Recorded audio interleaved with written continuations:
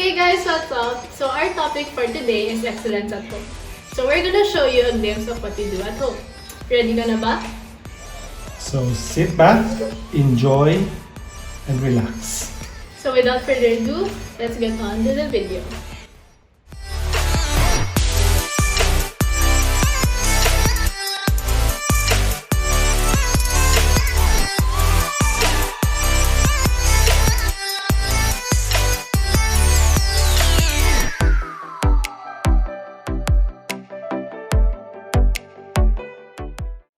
So kahit nakakatamad, ang first way kung paano maging excellent at home is by doing house chores.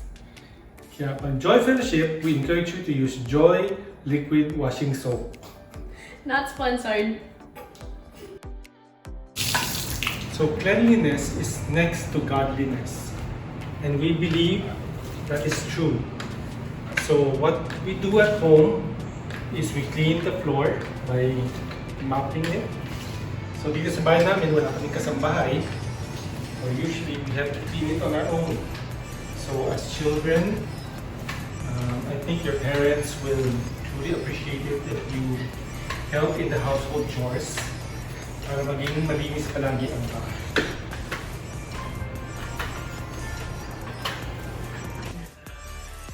Simula bata ako, sanay na ako magwalis sa bahay. That's how I was trained by my mom. Kami dalawa ng ahya ko actually. Kami tagawalis sa bahay namin dati. Kasi simula bata kami, wala na kami kasambahay. Wala ba kayo maghawak ng walis? This is the proper way of holding a broom. And proper way of sweeping. So sa bahay, part of excellence is, like what I've said, we want to help even in the small things that we can do at home. So, huwag lang kayo mag-Netflix, huwag lang kayo mag-puro games. Tulong din sa pagwalis para maging malinis ang bahay.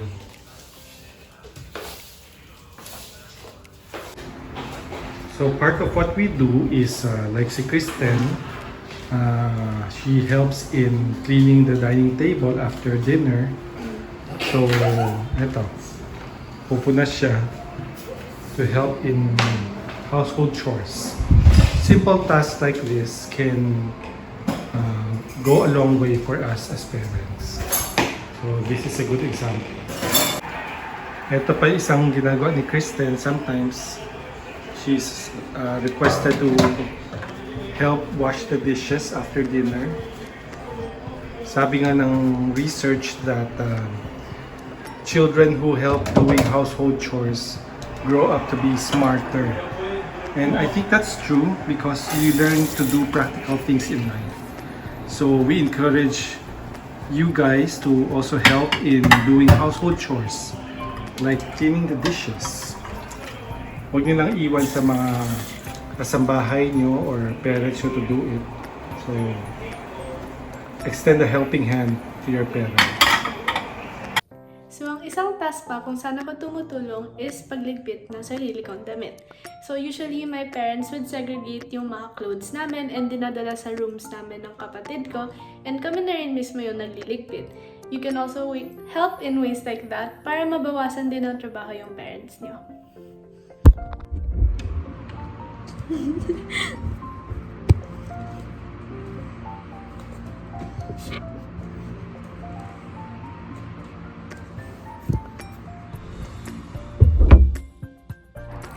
So another way where we can help is by fixing our own beds. Aaminin ko, madalas kapag summer, ganyan lang talaga itsura ng kama ko kasi hindi ko na inaayos. Pero, ang tamang dapat gawin natin is ayusin din natin para mas malinis din yung kwarto natin.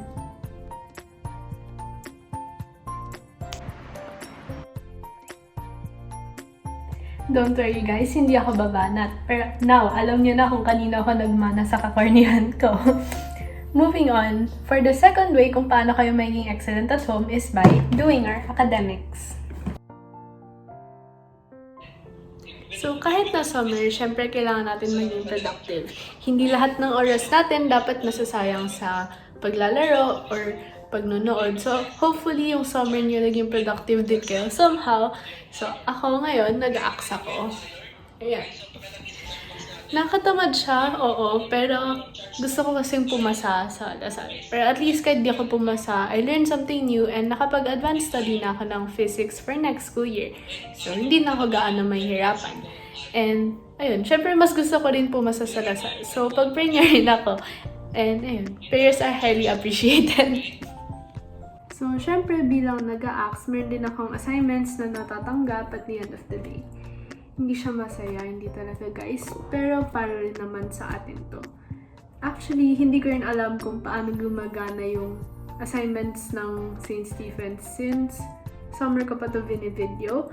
Pero re-remind ko lang kayo na huwag kayo late magsasubmit ng assignments kasi sayang naman kung nabawasan pa kayo ng grade or bad shot kayo sa teachers, diba? So, dapat mahal tayo ng teachers natin. And huwag din kayo mangungopya lang kung tinamad kayo kasi sayang naman yung efforts din ng iba and doon nyo rin makikita sa assignments nyo kung may natutunan ba kayo or kung saan nyo kailangan ng improvement dun sa lesson. So for the third one, ito na, favorite nating lahat. Syempre, para hindi tayo mabaliw sa bahay, kailangan din natin mag-enjoy. So, being excellent at home also means having fun. And for me, sagot doon is COD. Diba? Ang saya guys, diba? Yes!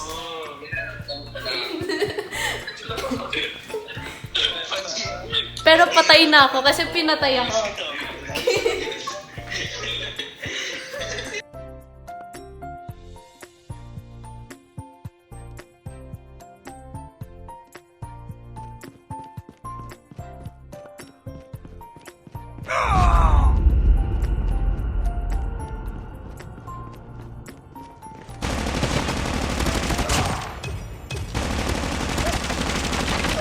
Changing mag, cover me. I'm down! Bomb has been planted. Get down, snipers!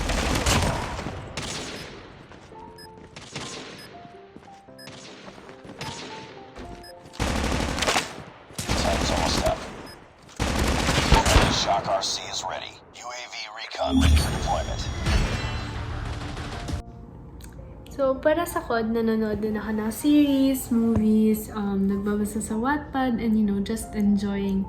So, next clip, siguro makikita niyo lang ako manood ng Zoe 101. Isa siyang Nickelodeon film dati. Hindi ko sure kung naabutan yun. Pero, yeah, nag-rewatch lang din ako since katatapos ko lang din manood ng isa pang series. So, yeah, nandito lang ako para i-remind kayo na you should also have fun. Don't stress yourself too much sa ACADS or sa household chores kasi tulad nga ng sabi ko kanina, being excellent at home also means having fun. So, ayun, just don't forget your responsibilities as a student and as a child. Huwag niyo hahayaan yung parents niyo and, you should also help out.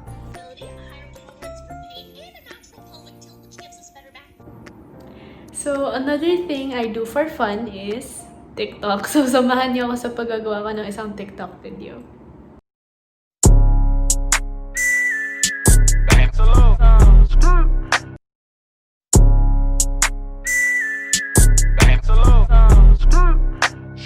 Ballin' off the Change. 2 inches later.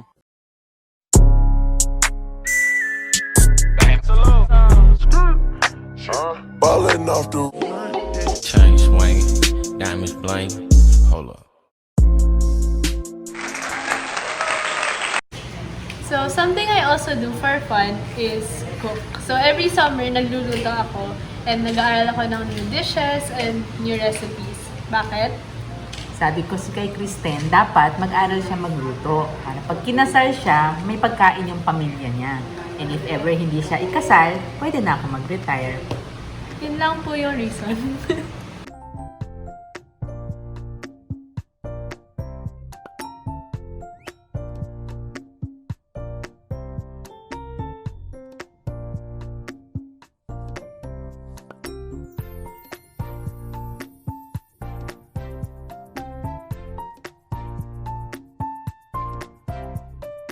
Few moments later.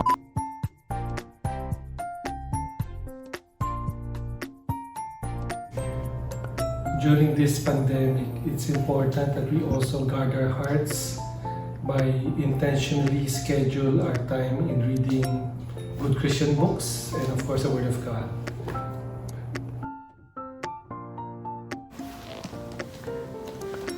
Part of excellence at home, I think, is also being able to spend quality time with the Lord.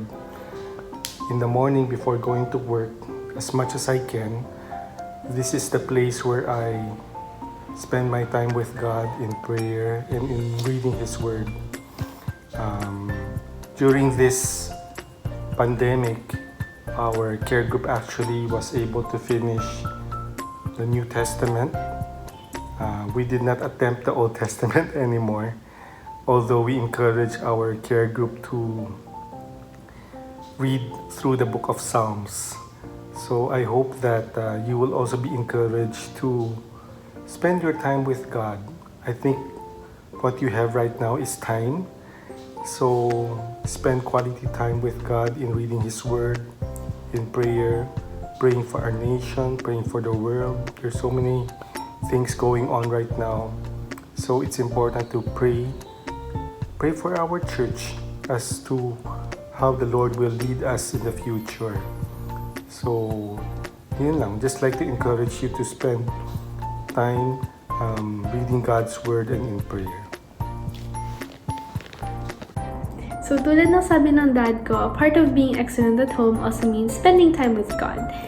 Unlike him, di ako nagising ng maaga. I wake up just in time for school, kaya ginagawa ko ang devotions ko bago ako mag-prepare para matulog. And okay lang din naman sa akin yun since mas focused na rin ako at this time. So we encourage you to read your devotions every day and to spend time with Him kasi it's very important, especially at this time. Merciful God and Father.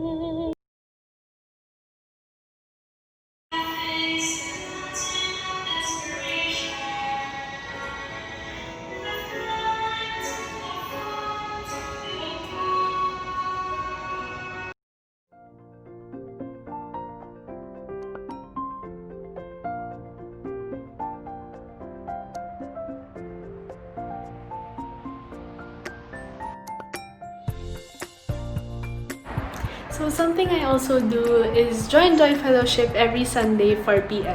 So ina-encourage ko din kayo na sumali kasi hindi ko alam, baka ako lang. Pero feel ko naman most of you miss Joy Fellowship and yung mga messages, yung sing-spi, and the people. And kahit na nakikita ko lang sila through online, it still helps and it's still fun. And syempre, mas masaya rin mag-learn more about God kung magkakasama kayo.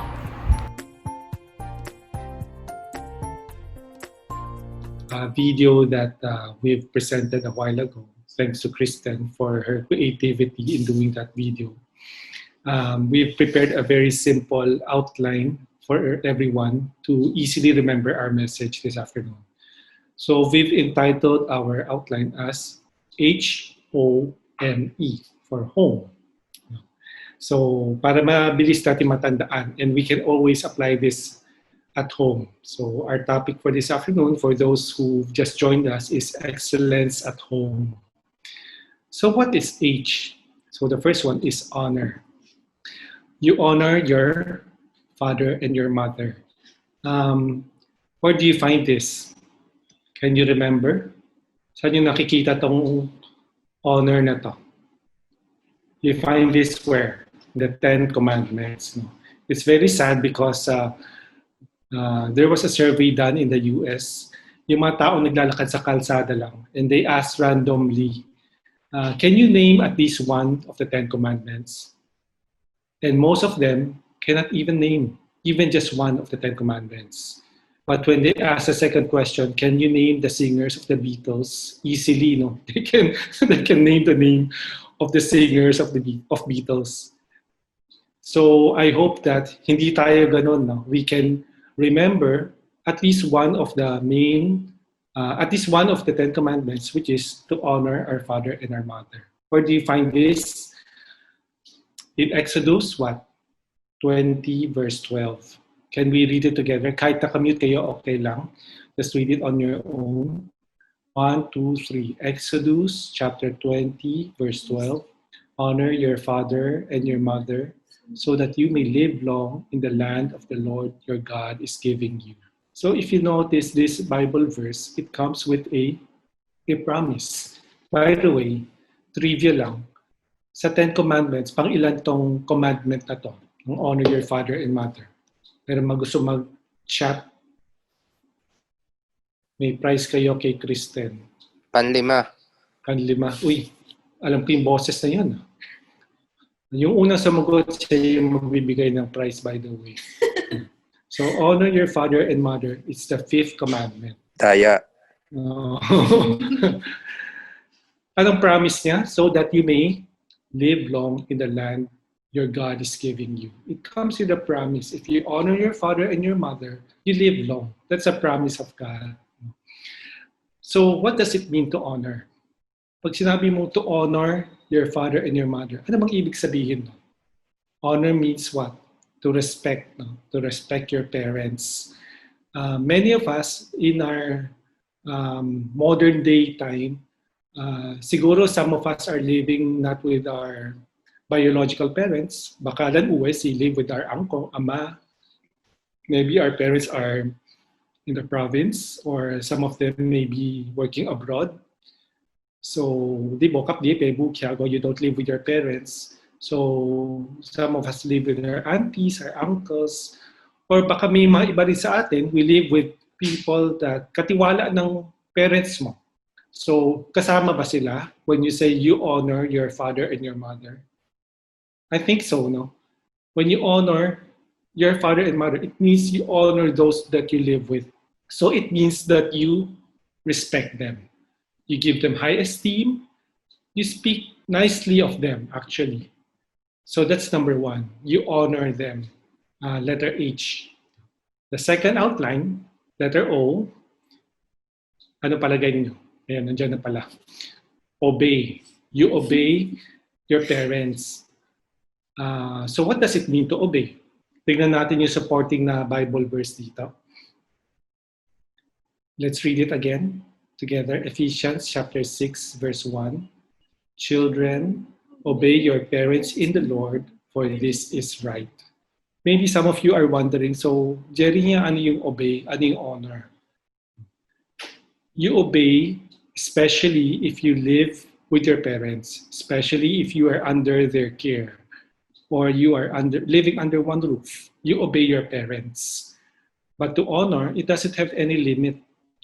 You honor them for life. It doesn't stop because simply because you got married, you know the ones who you live somewhere else already. Like in my case, obviously I have my own family and I live separately with my mom. So iba na rin yung pamilya ko, iba na rin yung pamamalakad ko dito. My mom actually doesn't call me anymore to ask me to do things for her. Pero I still honor her. It doesn't stop because I live apart from her. But to obey, we obey especially if we live with our parents. So question siguro is, siguro for students like you or most of you, paano yun? No? How does this verse apply? Kunyari may ginagawa kayo.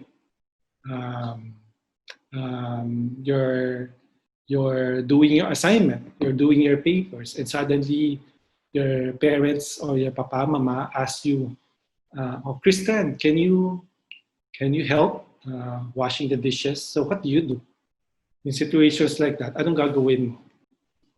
My answer there would be, sometimes, syempre, it depends on what we are doing and how we say things. If you're in the middle of doing something very important, like your assignment or your paper, maybe you can ask nicely if pwede bang later on mo gawin or someone else at home can do it for you. Babawi ka na lang.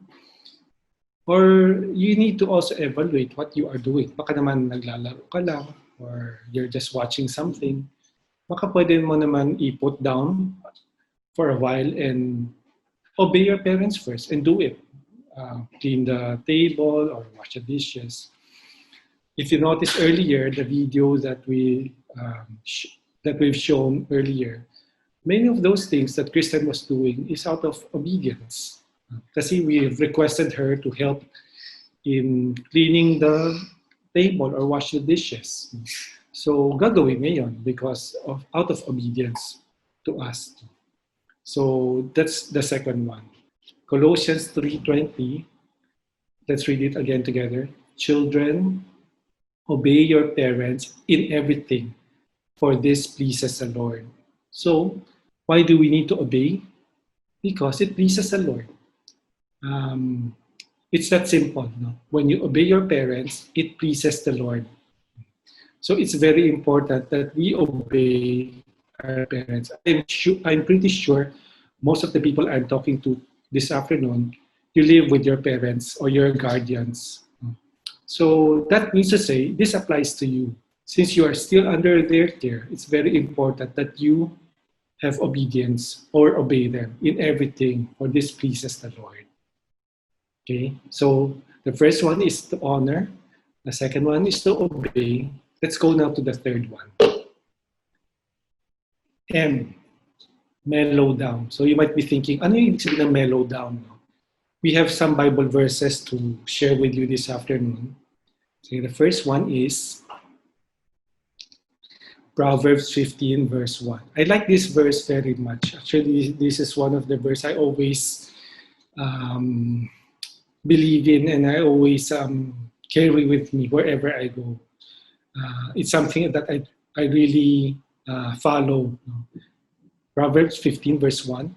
A gentle answer turns away wrath, but a harsh word stirs up anger.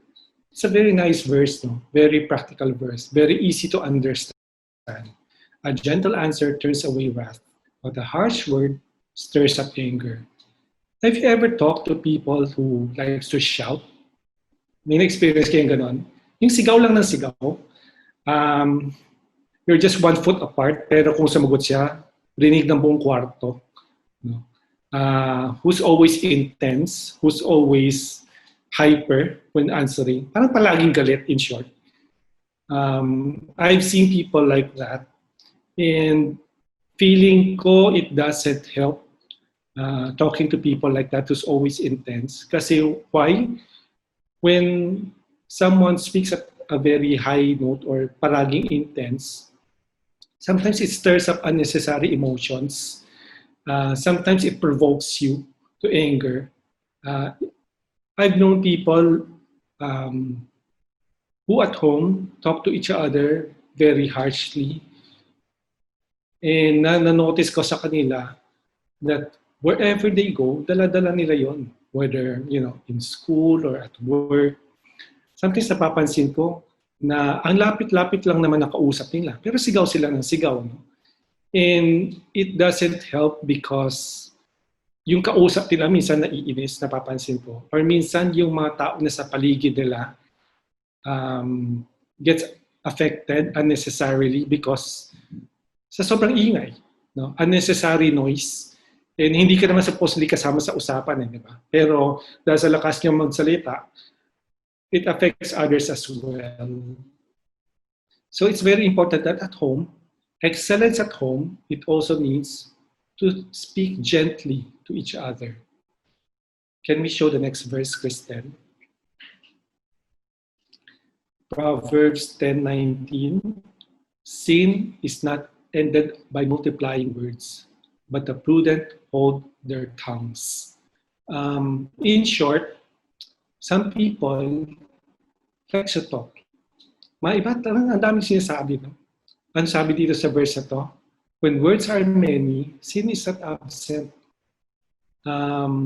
If you like to keep on talking, it may not be wise all the time because the more you say things, the more unnecessary things comes out of your mouth.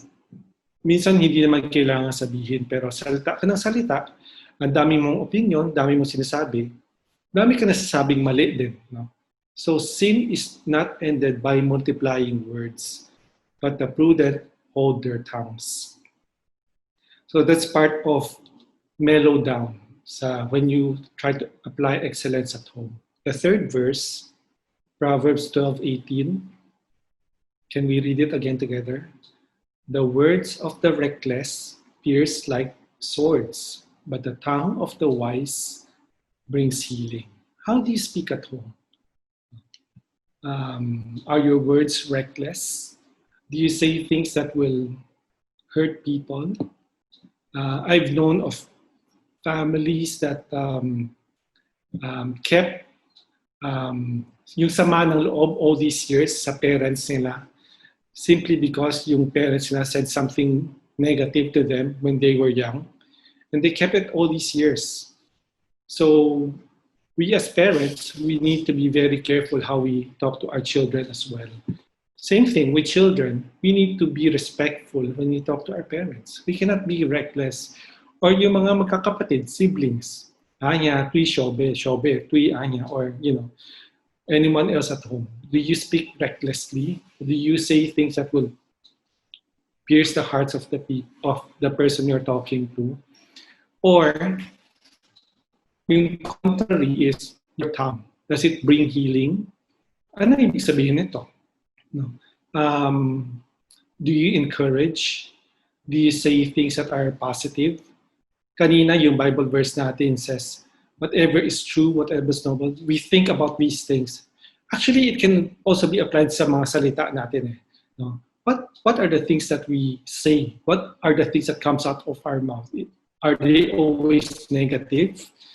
Or are they positive things? Do you bring people up or pull people down? I always say this, simple things like, thank you, di ba? Tosya, or just simply appreciating, for example, yung luto ng mama mo. Sarap ng luto mo. Thank you for always preparing for us. Or pwede pakiabot yon. Can you please, do this favor for me? Little things like that can help a lot in your conversation. Siguro sa family namin, one of our favorite time as a family is when we eat together, because this is really the time that we spend time talking in the dining table. So whether it be lunch or dinner, no matter how short it is, it can be just 15 minutes or 30 minutes. We just enjoy the time talking to each other, and say things that are helpful to each other. Your tongue should bring healing and not be reckless. If you notice my Bible verses dito sa Mellow down is puro Proverbs. Actually, the book of Proverbs is really a very beautiful book. If you really have time, I really encourage you to go through the whole book. It's full of wisdom. Actually, yung kanina yung first verse, I can flash it again. Proverbs 15 verse 1. Actually, may kasunod pa yan. Hindi lang namin sinama. It says, in verse 4 of the same chapter, actually sabi niya, a wholesome tongue is a tree of life, but perverseness in it breaks the spirit. It's a tree of life. A wholesome tongue. It's a tree of life. Can you imagine? It's such a beautiful verse. And I hope that pwede natin ma-apply ito sa bahay natin. Excellence at home means being mellow din when you talk to each other. Don't hurt people. Don't say things that will destroy the other person that you're talking to. But make sure that you say things that are helpful and positive to create that beautiful atmosphere at home. So that's the third one, mellow down.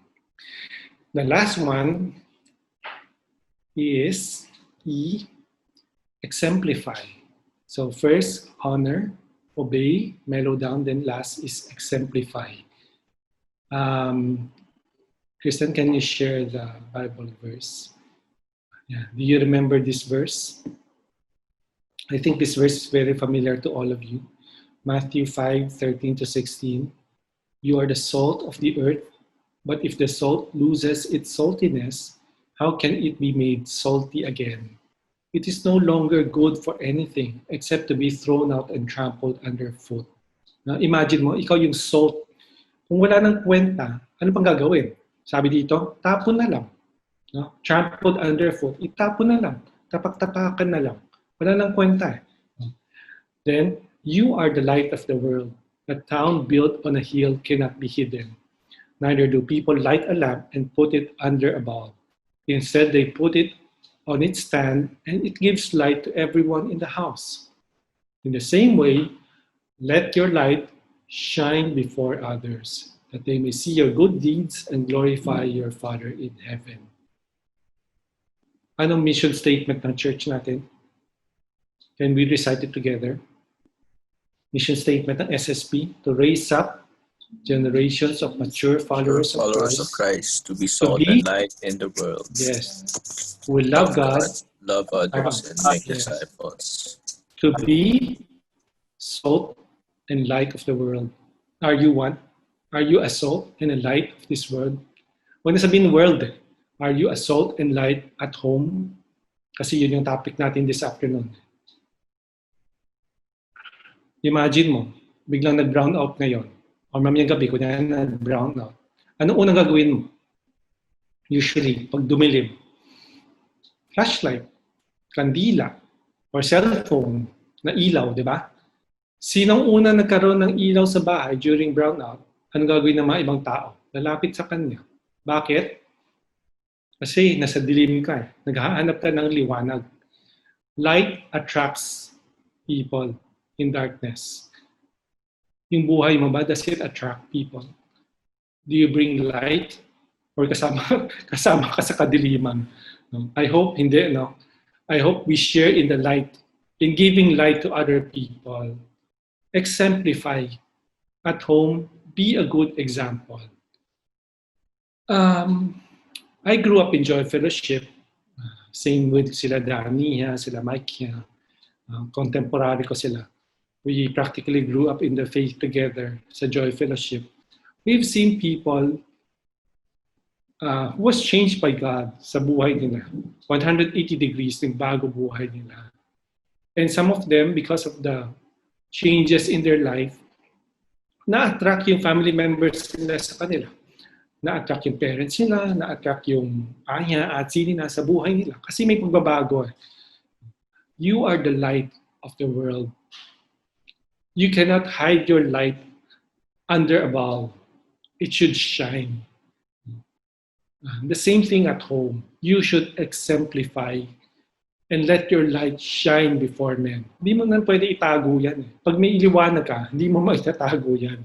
Because people will see the light in you. So I hope that you can be a good example at home. Yung kaninang video pinakita ni Kristen, yung mga chores na ginagawa niya. Those are the little things that you can do at home actually. Washing dishes, cleaning the dining table, ligpit ng sarili mong mga damit, fixing your bed. These are the little things that you can do for your parents. Siguro, better if you don't wait for them to ask for your help. Although sometimes, syempre, we ask them. Pero better if you go the extra mile for them and just help them because you want to help them.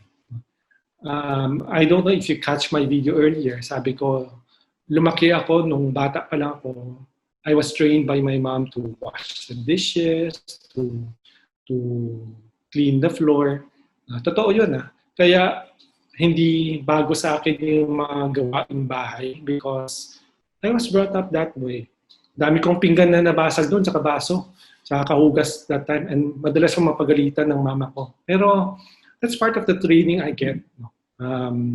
And I hope that it's something that you can do also at home.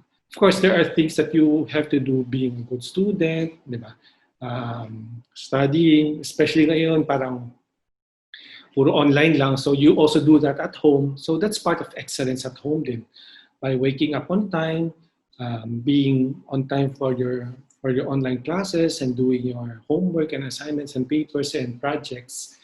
So I hope that these are the things that you will do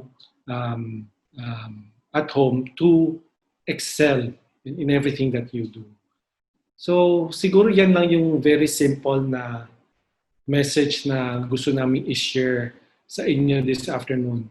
Nothing profound actually, and maybe some of you are already doing and practicing all these things. Pero we just want to emphasize and reiterate this afternoon these 4 tips. No? So let's review. So H is what? To honor. No? Honor our father and our mother. O, Kristen, pwede i-flash mo ulit yan. O is to obey. Obey them. M, which is related to our speech. We mellow down. We talk nicely. We don't shout. We don't stir up unnecessary emotions at home kasi sigaw tayo ng sigaw. So we mellow down. And E, exemplify. Be a good example at home. Let your life attract the people surrounding you so that they will know that, iba pala tong batang to, no? Kasi Christian siya because he or she has Jesus Christ in his or her heart. So, yun lang gusto namin i-share this afternoon. Hopefully, kahit simple lang share namin, pero sana makakatulong sa inyo. So, thank you.